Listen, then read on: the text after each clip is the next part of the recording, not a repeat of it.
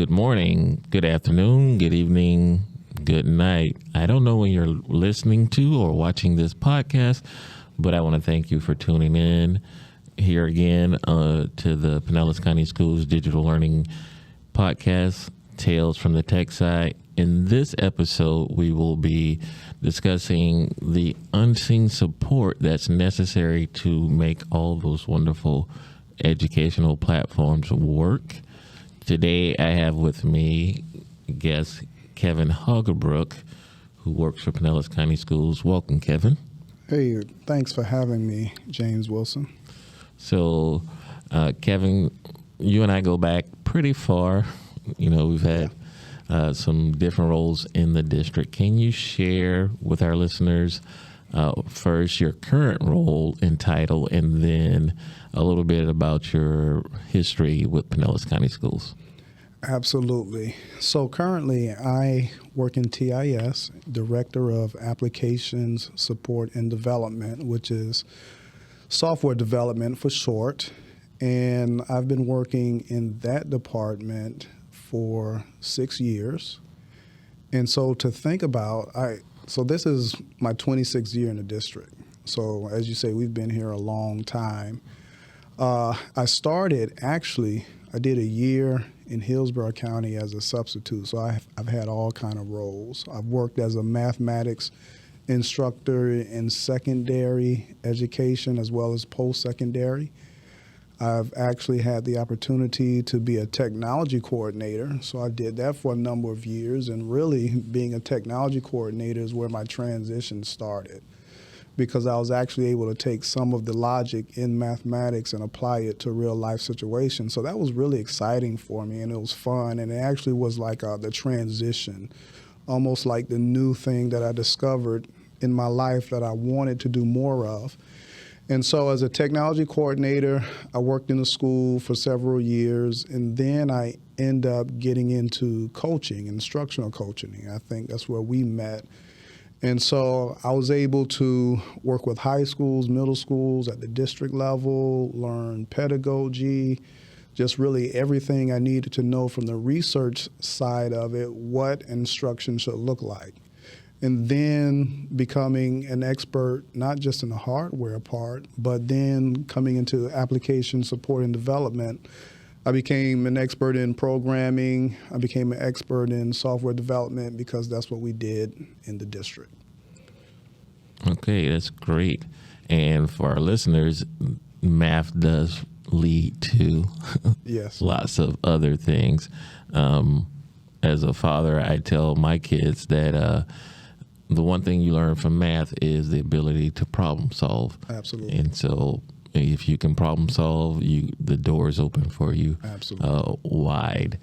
So with that, I want to talk about, and for teachers, and you and I both are former classroom teachers, and the teachers that we know, that embrace technology, they have this philosophy that I just need it to work, that they don't really think about what's going on the backside and all the things that are required.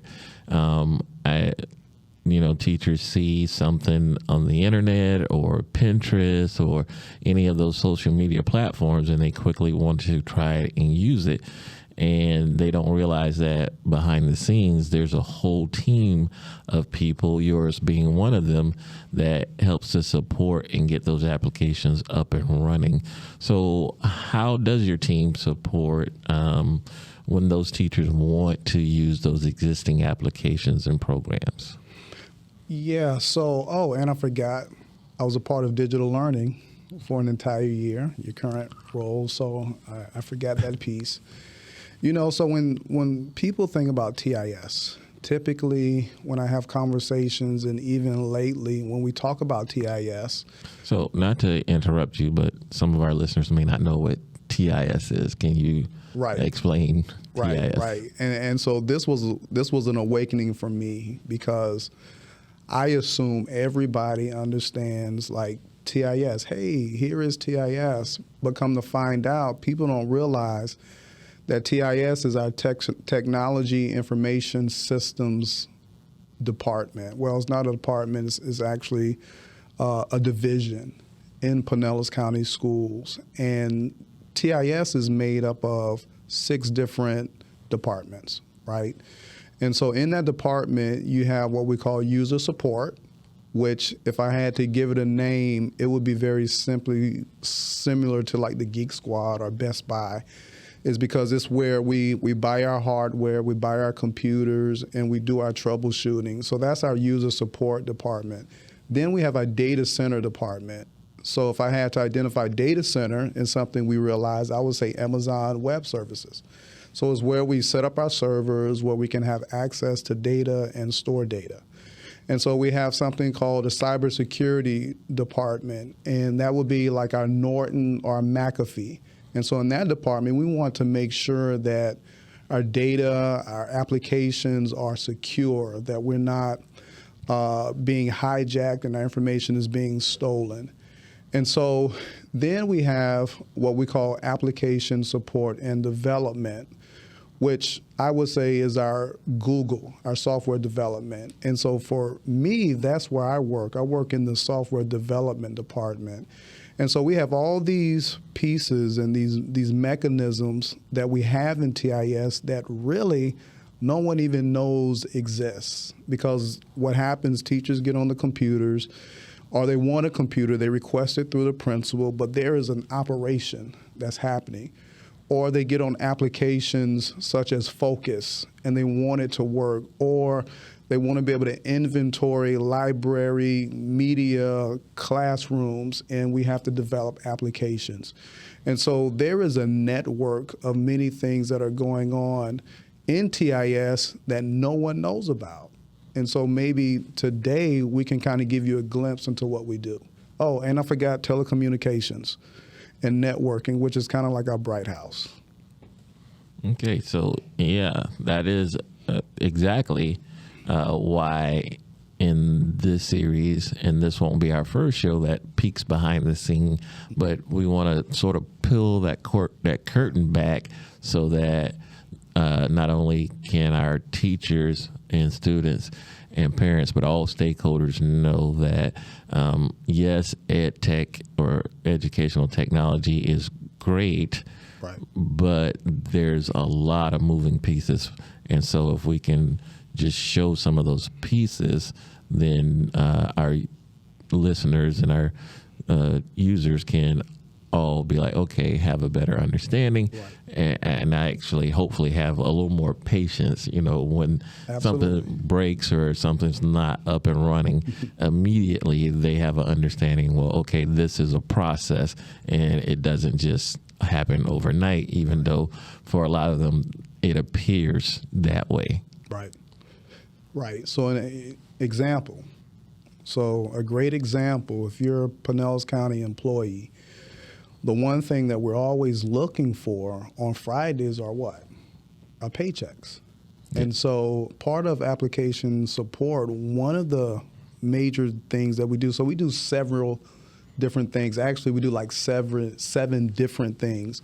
But one of the major things that we do is we manage the software that makes sure you get paid, right? And so the fact that you're paid every single day, the fact that you're getting the right W-2 forms, the fact that you're able to go into ESS and see any pertinent information as far as identifying your sick time or sick days, or you're identifying what you should be getting on a weekly basis, we manage those systems. And if that system fails or if that system goes down, nobody cares about who's behind the scenes programming. They just want to make sure they get paid on Friday so they can pay bills. So we manage that. So in application support and development, one of our major applications is terms. And so we manage the software, the programming to make sure terms is functioning well, right? And so in addition to terms, one of our larger applications is Focus. And so Focus is an application, we call it like a second party or maybe a third party, but we manage all of the data that you have in your student information system. So whenever data comes in, we have to program that data. We have to make sure the data is going into the right places. We have to distribute the data. We have to clean the data. We have to make sure it gets back to focus. And then when we're doing exchanges on that data, we have to make sure the data is secure. And so that is a large part of grades, being able to get report cards printed, being able to have accessible information in a timely and usable manner, which is really kind of our vision of what we do. And so that's part of what we do as well. We also handle what we will call our application system. So we call it SRS, our Student Reservation Systems, our DAP. So being able to get students into the right programs, making sure they have access to the right school, make sure schools aren't over capacity, to make sure the lottery system is performing correctly. We manage all of that as well. And so that's a part of what we do. And then another thing that we do in application support is we manage all the data. So any data that comes into PCS, we want to make sure that we're able to get that data, right? We want to make that data usable. We want to make sure it's accessible, and we need to distribute it out in a timely fashion. So when we create our applications, specifically to schools, we have to have the right data. And so right now we're streamlining our data systems. We're looking at software that's going to be efficient for the district to make sure students have what they need, to make sure teachers have what they need, and then other staff members have what they need. And so that's kind of what we do in a nutshell. That's not all we do, but that's some of what we do. So you mentioned one thing, data. And so there's, like you said, all different types of data. When it comes to student information, we all know that there's something called FERPA, or the Federal Educational Rights and Privacy Act, which sort of dictates who can see what and what we have to do as far as a school district in maintaining student privacy and data. How does that play into your work a little? So FERPA plays into really all areas of our work. What we're doing now, as we're looking to update our systems, as we're looking to innovate our systems, part of that innovation is how do we govern our data systems? Because everybody knows and understands that data is important, right? I typically say data is the new oil. If you get a handle on your data and you do it right, then you have a lot of control. And so part of what we do in application support and development is we're learning better how to govern our data. And so our data is governed based on what we call personal identifiable information.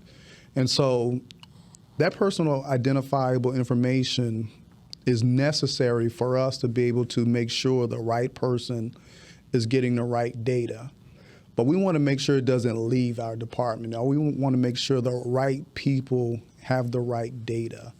And so we're putting in currently a system to help us govern that data, to make sure we're able to identify where that FERPA data is going. We want to make sure the right parents have access to it. We want to make sure the right teachers have access to the right information, as well as district staff.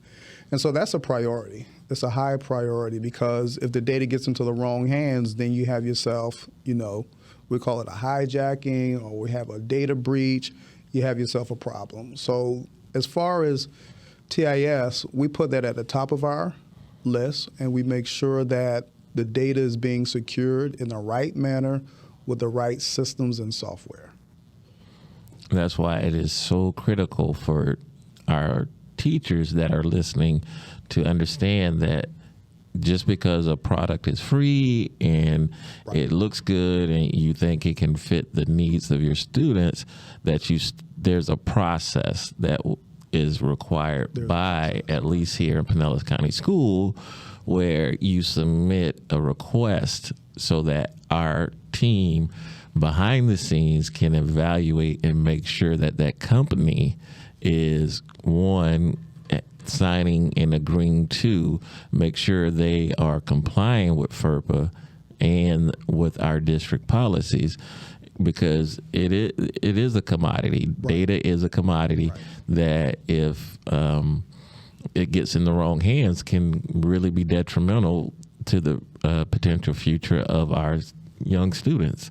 And so parents, I would implore you to check out the companies that you're having your student. If you're asking your student to go on and do some extra practice with a program, take a minute, look into that company, making sure that your student's data is being kept secure and private, because to have a company with a breach or anything and that right. data gets away, it could really put your student behind the curve before they even get started, because that data is going to follow and travel with us from here until we're gone, right? Yeah, and so, Mr. Wilson, you make a really good point. You know, so as educators, right, as educators, we know that we're always trying to find the best way to educate our students.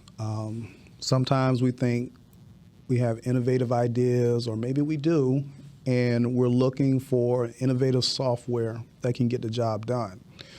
And so part of what we want to do, and this is a great place, and part of what we're trying to communicate, before you hit that install or before you go online to use that website, you know, there's something called the EULA, the EULA, which is the end user agreement. And a lot of times when you hit accept, you're accepting giving that data to another, to not only to that company, but that company can share it with other companies, and other companies can share it with other companies.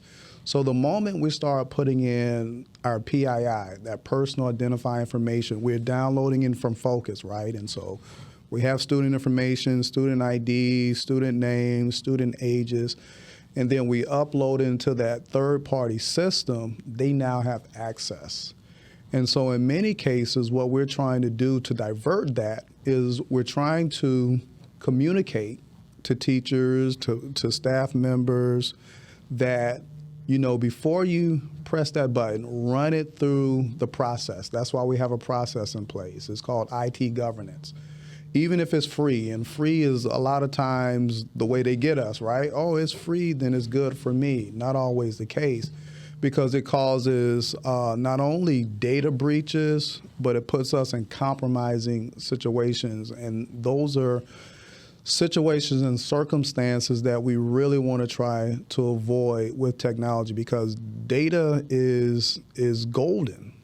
Data is golden. If you get the data, then you have access to a lot of information. So whatever we can do to prevent that would be in our best interest. So you mentioned not only do you guys manage current or already existing applications, your team also creates unique programs and software to fit the needs of all the different users a school district may have. I know that you're very instrumental in one specific original application that was created in Pinellas County Schools called the Personalized Learning Pathway. Can you share what that is and the future of it? Where's the trajectory of that going now? Right.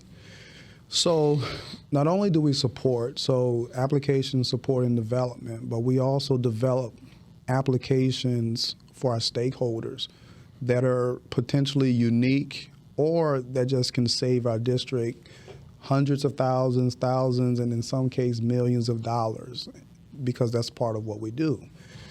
So one of the applications that we developed was really a request from Dr. Corbett, our former deputy superintendent, and he asked us, can you guys create something where a student can access, and they can access not only their data, so they want to know about their data, they want to be able to identify strengths and weaknesses in their data, and then get to tutoring or some kind of tutorial anytime, anywhere. So these were the parameters that, we were kind of given. And so when we did our research, we couldn't identify anything out there that was actually doing that. And so through the process with Dr. Colosi and Dennis Russo, and then in partnership with our high school magnet at Lakewood, which was the CAT program, we actually developed PLP. And for me, that development project probably was one of the most exciting, because I had an opportunity to not just work with bright individuals, but I had a chance to work with students. And what made that really good was students were able to give their insight. They were able to say, hey, we can program this, but here is what we really want. Here is what we need. So listening to the stakeholder, developing an application for the stakeholder and by the stakeholder, to me, was a game changer. And so with that application, we were able to create, in our flagship product for high school, we were able to create every single certification the student took. We were able to give it to them, all their test scores, ACT, SAT. We were even able to develop NCAA Division I eligibility, so a student can identify whether they were eligible. We were able to create bright futures. We were able to tell them whether they were on track for graduation based on their grade level. And so with that, to us, that was really the first time that we realized that, hey, we can do it. We can produce something in-house with our students, with our staff, and with our district that's going to be meaningful to our student and really good for our students. And so that was in 2016. So now in 2023, we're looking to change that, because applications develop, right? We update. And so now we're trying to determine, as we develop new things, what is the best look for this? And so what we're thinking about is potentially incorporating PLP in a more robust visualization where students can interact with their own data, and they can identify the same pieces, and develop a course of action. And so we're looking to create a robust, a dynamic reporting system for students.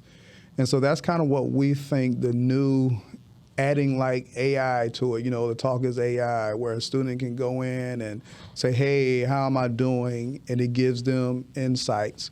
And so we're looking to integrate some of those pieces as well. And so that's kind of the roadmap, the idea of where we're going. We'll like to hear more from our students at some point to see if that's even an interest.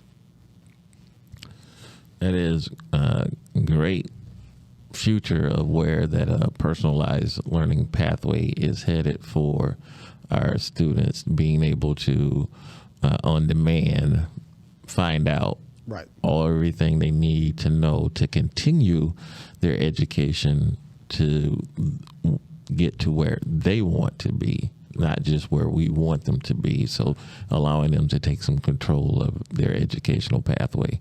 That is excellent. So with that, that leads us to that is for the students. For our staff, you mentioned one of the things that I didn't know about, which was getting paid, that you guys manage the paycheck system. And I really never thought about how do I get paid. It's just as an employee, I just want my money to be in my bank account right, on the day that it's supposed to be. Ready to go, right? Ready to go. So that is something that even myself, who's familiar with technology, didn't think about. So when we talk about not only just educational technology, but just technology in general, not only inside of education, but outside of education, there are lots of things that we just take for granted, right, and just want it to be there and to appear, not realizing that it takes a team of people and hard work to make those things happen. Right. So I want to thank you for joining us, and hopefully we can get you back on the show. This was just a short little, again, peek behind the curtain. There's so much more that goes into supporting not only educational technology, but a school district to operate when we think about all of the different moving pieces. And then a lot of it is built on some kind of software or application to keep it all moving. So thank you very much for joining us. For our listeners, thank you for tuning in. Again, as always, please like, subscribe, and share this podcast. And until next time, we say thank you.